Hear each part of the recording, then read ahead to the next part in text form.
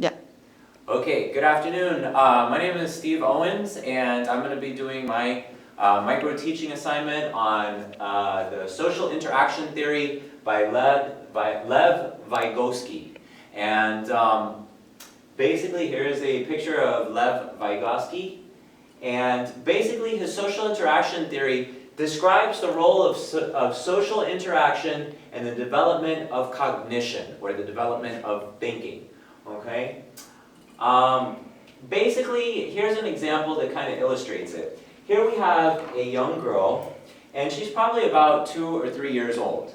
And the young girl has a board, and she has some shapes.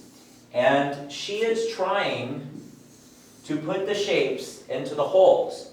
On her own, she cannot figure out which shape goes into which hole. And so that didn't work. And then let's say she takes the circle and then she puts it here, and that didn't work. And so the whole time, her father is over here observing her.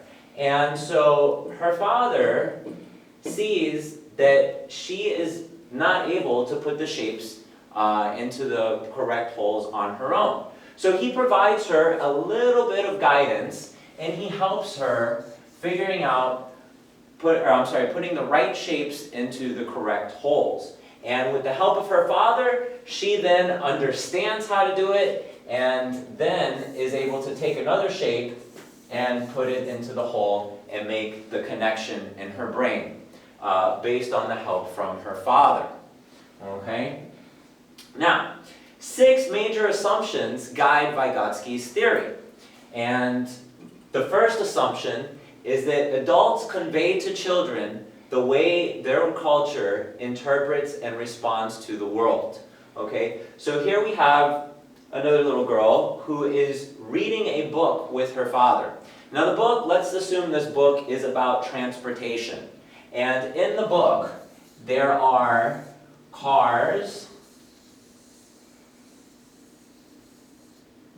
okay? And in the book, the cars are driving on a road, okay? That's my little car there. And in the book, there are also boats, okay? And the boats are sailing in the ocean, okay? And through reading this book, she is able to identify the cars and identify the boats and classify them. And when she comes across these cars and these boats in the real world, she's able to classify them and put them in, identify them as proper modes of transportation. Now, the second major assumption is that thought and language become increasingly independent in the first few years of life. Okay, and we're going to go back to this, and I'm going to talk a little bit about speech development a little bit later on in this lesson. Okay, and then this third theory is that complex mental processes begin as social activities. So here, when she was reading the book, and it was talking about different forms of transportation, cars and boats, now in the real world, when she sees those cars and boats, she's able to classify them and identify what they are and how what type of forms of transportation they are.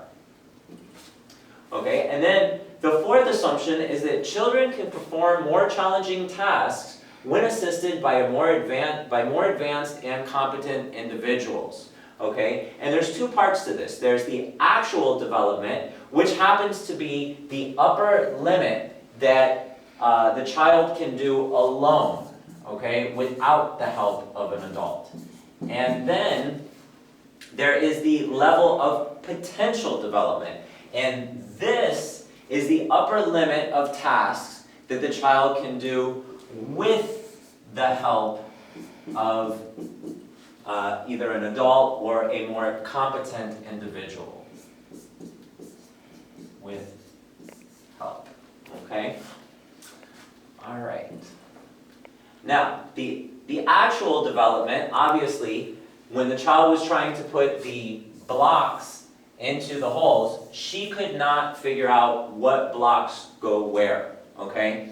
And with the help of her father, she actually was able to. Now, in order to actually test this theory and test this hypothesis, they have to be, the experiments have to be conducted independently, okay? So the actual development, she needs to try to put the blocks in by herself without help. And then, the potential development, she needs to actually put the blocks in with assistance, and then, as I said, she understands and is able to do it on her own. So this one is with help,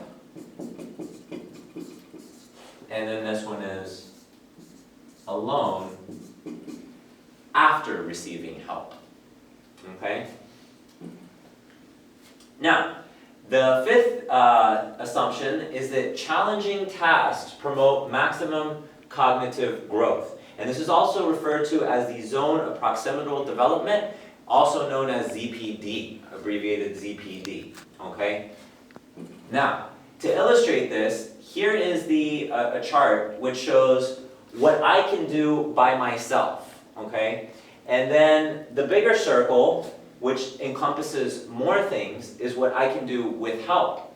And then outside of that is what I can't do. But if you notice, the zone of proximal development is the challenging task that I can do with a limited amount of assistance. All right, and finally, the sixth theory, the sixth assumption suggests that play allows children to stretch themselves cognitively. Now, here we have a little girl who is playing with her baby doll and pretending to be the mother. Now, let's assume this little girl, she loves that baby doll. She considers that baby like her own. So here you can see she's reading to the baby doll, she dresses the baby doll, she pretends to feed the baby doll, and she pretends to put the baby doll to sleep, doing a lot of functions that a mother would do. Now, as a child, she would not be able to normally do this on her own. But because she's playing, she's allowing herself to stretch her cognitive ability to act out what a mother does in society. Okay, so that is the sixth assumption. Now, let me go back to speech and language. So speech and language development is an essential part of Vygotsky's theory of social interaction. Speech begins as a means of communication and socializing, and then later becomes a tool of thinking. Okay, that is what Vygotsky's theory is basically is hinting at, is saying. Okay, so what does he mean by that?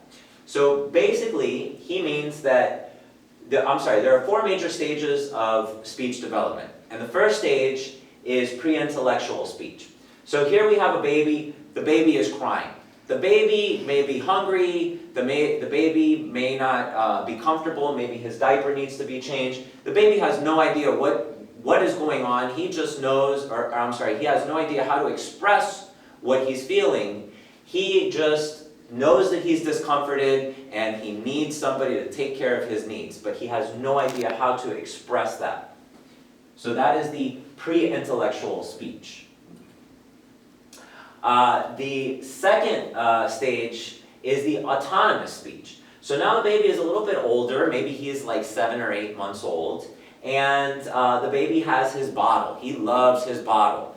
And he is able to pronounce the first syllable of his bottle, ba. And that's what he calls his bottle. And every time he says ba, that indicates that object that is in plain sight, and it allows for a limited communication with adults.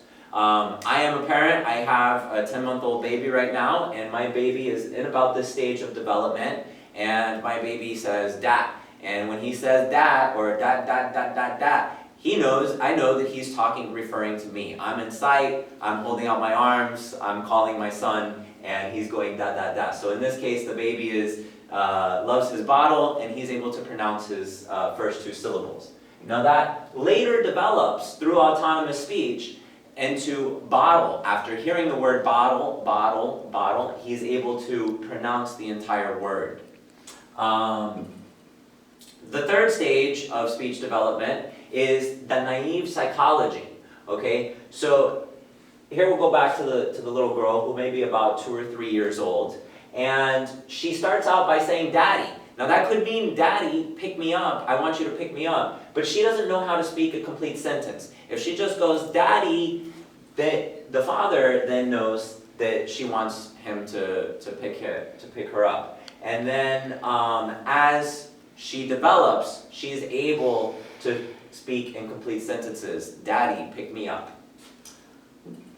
And then finally the fourth stage of speech development is communicative and egocentric. And this is a little bit more complex, okay? So communicative refers to speech for others, okay? And what do I mean by that? Here we have the same little girl. She's probably a little bit older, maybe 5 years old, 4 or 5 years old, where she is able to communicate with others, such as daddy, pick me up, or daddy, I'm hungry, I want milk, or I want a cookie, or whatever the case may be. Now the egocentric speech is for oneself. It's basically self-talk. It's that inner speech or that inner dialogue that's going on inside her head. So as she's developing, say she's hungry and she wants a cookie, and she can say that she wants a cookie to her father, but if her father is not there, she can say, I want a cookie in her mind, and she can actually go and get a cookie. So that is the inner speech which actually develops here. So, to review, in summary, Vygotsky's theory, there are basically 6 major assumptions. The first assumption, children develop through social interactions with adults.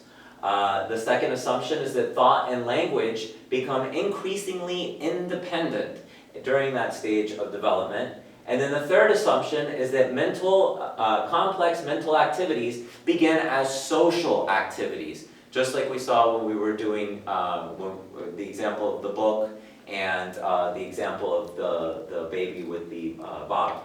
And then the fourth assumption is that children can perform more challenging tasks with help from a more advanced individual. The fifth assumption is that challenging tasks promote cognitive growth. And finally, the sixth assumption is that play is important to stretch children cognitively. Now, before I go into my essential question, I just want to recap with Vygotsky's major overall theory is that speech and social interaction play a really vital role in helping to develop cognitive abilities. So the essential question for us is, or for the class is, how can teachers foster an environment of social interaction that challenges students to reach that zone of proximal development? So it's the zone where they can perform tasks that they normally couldn't do on their own, and it's challenging them to actually do more challenging tasks. So again, my name is Mr. Owens. Thank you very much, and this is my micro teaching assignment.